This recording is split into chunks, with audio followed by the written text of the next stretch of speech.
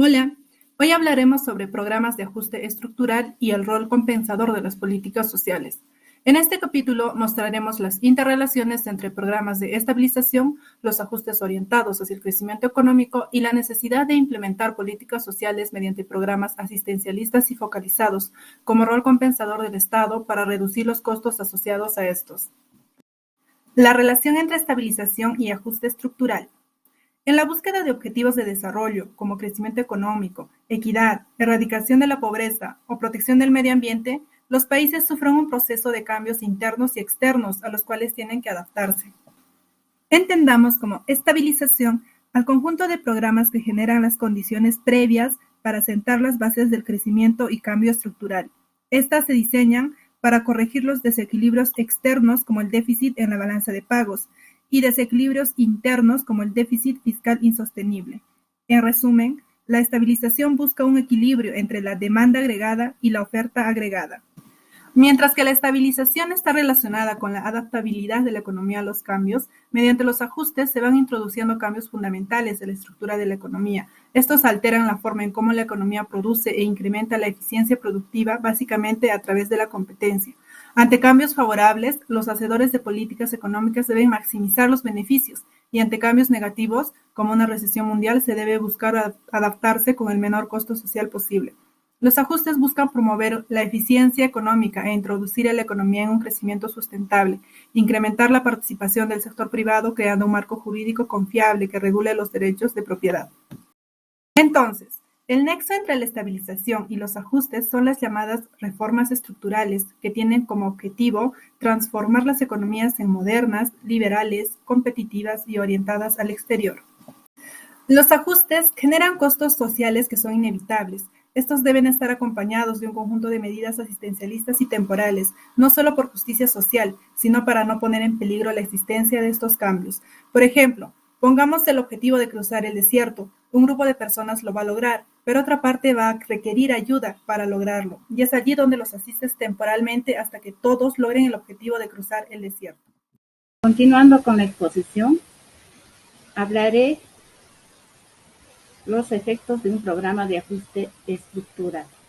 Este comprende 3 puntos y son: 1. Cambios en los precios de los bienes y servicios. 2. Cambios en el empleo y en general en los ingresos percibidos por las familias.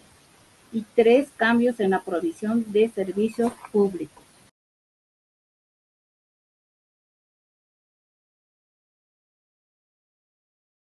Seguidamente hablaré de cómo afecta estos cambios sobre los pobres. Y son los siguientes. A. La reducción absoluta del gasto público. Esta implica un costo social, y los más afectados son los pobres. Se constituye una nueva pobreza. El punto B. Cambios en la estructura del gasto. La devaluación. Incentivar la producción de bienes transables. Si la producción de bienes transables es intensiva en capital, tierra o trabajadores calificados, el aumento del tipo de cambio perjudicaría a los más pobres. Y C. Liberalización de los mercados. Efecto de las reformas. Y son: existen dos posiciones con respecto a la relación entre política y estabilización y las políticas de liberalización. Una de ellas sostiene que primero. En esta oportunidad, continuando con la exposición, hablaremos sobre la oposición de las reformas. La oposición de las reformas, si bien es claro, vamos a encontrar siempre dos grupos, los ganadores y los perdedores, debido a los cambios que se dan mediante las reformas económicas. Me gustaría enfatizar más en el grupo de los perdedores, en el que los perdedores siempre tienden a sufrir los costes de ajustes, en este caso, ¿no? Costes de perdedores debido a la aprobación de la reforma económica, y producto del cual siempre van a generalizar, minimizar la posición política que tienen este grupo. Y eso es obviamente un logro para el otro grupo, que serían los ganadores. Enfáticamente lo he esquematizado en dos grupos: los grupos que apoyan directamente a los ganadores y los grupos que apoyan directamente a los perdedores, que serían los grupos de resistencia. Dentro de los grupos de apoyo siempre vamos a encontrar, bueno, es un ejemplo que yo le pongo a los congresistas en cada país, que siempre van a tratar de banderearse con la pequeña información que pueda generar la población para poder ser populares, ¿no? Personas públicas, aspirantes a cargos privados no públicos.